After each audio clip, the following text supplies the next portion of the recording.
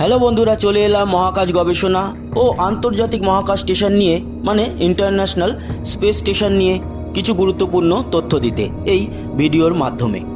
প্রথমেই বলে রাখি, সারা পৃথিবী যেখানে লকডাউন চলছে সেখানে মহাকাশ স্টেশন কিন্তু সবসময় লকডাউনই থাকে। তার কারণ মহাকাশচারীরা কখনোই আন্তর্জাতিক মহাকাশ স্টেশনের বাইরে যেতে পারেন না, আর গেলেও শুধুমাত্র স্পেস ওয়াকের জন্য। তাই আলাদা করে ওনাদের জীবনে কিছু এফেক্ট পড়েনি। নাসার যে অ্যাস্ট্রোনট রয়েছেন ওখানে, জেসিকা মেয়ার, তিনি জানিয়েছেন যে কোনো রকম কিছুভাবেই আক্রান্ত নন কোনো মহাকাশচারী। আর মহাকাশ স্টেশনে কোনো মালপত্র যখন পাঠানো হয় কার্গো শিপে, তখন ভালো করে স্যানিটাইজ করে সেগুলো পাঠানো হয়। তাই কোনো রকম কোনো জীবাণুর প্রবেশের অধিকার নেই এই আন্তর্জাতিক মহাকাশ স্টেশনে। তবে গুরুত্বপূর্ণ যে খবরটি সেটা আমি জানাতে এলাম, সেটি হলো এপ্রিলের 9 তারিখ রাশিয়ার সোয়ুজ রকেটে করে সোয়ুজ MS 16 স্পেসক্রাফট যাওয়ার কথা ছিল ইন্টারন্যাশনাল স্পেস স্টেশনে। আগে থেকে 3 জন মহাকাশচারী নামও ঘোষণা হয়ে গিয়েছিল, আমি তাই নিয়ে ভিডিও বানিয়েছিলাম। এক্সপিডিশন 62/63 এই ক্রিউ মেম্বারের নাসার অ্যাস্ট্রোনট ক্রিস ক্যাসিডি আর ওনার সঙ্গে 2 জন রাশিয়ান কসমোনট যাওয়ার কথা ছিল, যাদের নাম ছিল নিকোলাই টিকোনভ এবং আন্ড্রেই বাবকিন। এটা আমি আগেই ভিডিও বানিয়েছি, আপনাদের জানিয়েছিলাম এই 3 জনের কথা। এইবার আসি আসল খবরে। এই নিকোলাই টিকোনভ আর আন্ড্রেই বাবকিন এই 2 জন কিন্তু যাচ্ছেন না। ওনাদের জায়গায় রিপ্লেস হয়ে গেল ওনাদের ব্যাকআপ ক্রু।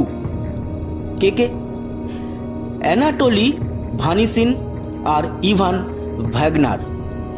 ওনাদের জায়গায় এই 2 জন যাচ্ছেন। তবে নাসার অ্যাস্ট্রোনট ক্রিস ক্যাসিডি উনি থাকছেন, উনি যাচ্ছেন। এখানেই গোপন সূত্রে বলা হচ্ছে যে মেডিকেল রিজিয়নের জন্য যাচ্ছেন না এই রাশিয়ার 2 কসমোনট। তবে আসল সন্দেহ আপনারা যেটা মনে করছেন, আমরাও সেটা, ওটা আর মুখে বললাম না। ওনারা 2 জন আক্রান্ত, তাই কোনো রকম রিস্ক নিতে চাইছে না বিভিন্ন গবেষণা সংস্থা, বিশেষ করে রসকসমস, নাসা।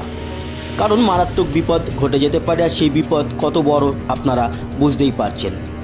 এছাড়া সব থেকে মজার কথা এই যে এপ্রিলের 9 তারিখ 3 অ্যাস্ট্রোনট আর একজন অ্যাস্ট্রোনট এবং 2 জন কসমোনটে যাওয়ার কথা, ওনারা যাবেন কিনা তা নিয়েও সন্দেহ। কারণ এই মুহূর্তে নাসা কিন্তু প্রায় লকডাউন, রসকসমসও প্রায় তাই। তার জন্য এত বড় একটি টিমকে দিয়ে এই অপারেশনটি চালানো খুবই কঠিন। তাই এই মুহূর্তে মনে করা হচ্ছে যে এপ্রিলের 9 তারিখে সোয়ুজের রকেটটি আকাশে উড়বে না, আন্তর্জাতিক মহাকাশ স্টেশনের দিকে যাবে না এই ক্রিউ মডিউল।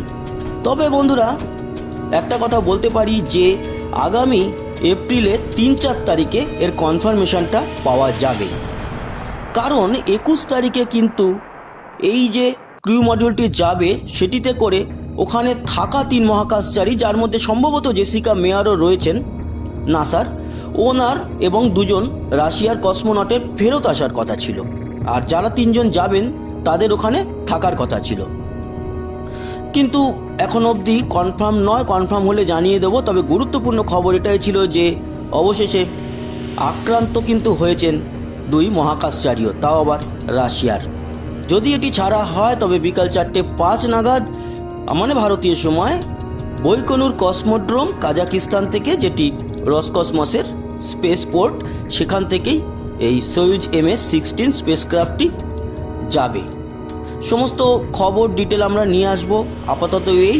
তবে এটুকু নিশ্চিন্ত করা গেছে যে আন্তর্জাতিক মহাকাশ স্টেশনে এই মুহূর্তে কোনো আক্রান্ত বা এই ধরনের কোনো জীবাণুর খবর নেই। সবাই ভালো থাকবেন, সুস্থ থাকবেন, ঘরে থাকবেন এবং ভালো থাকবেন। আসি, আবার দেখা হবে পরবর্তী অন্য কোনো ভিডিও নিয়ে। টাটা।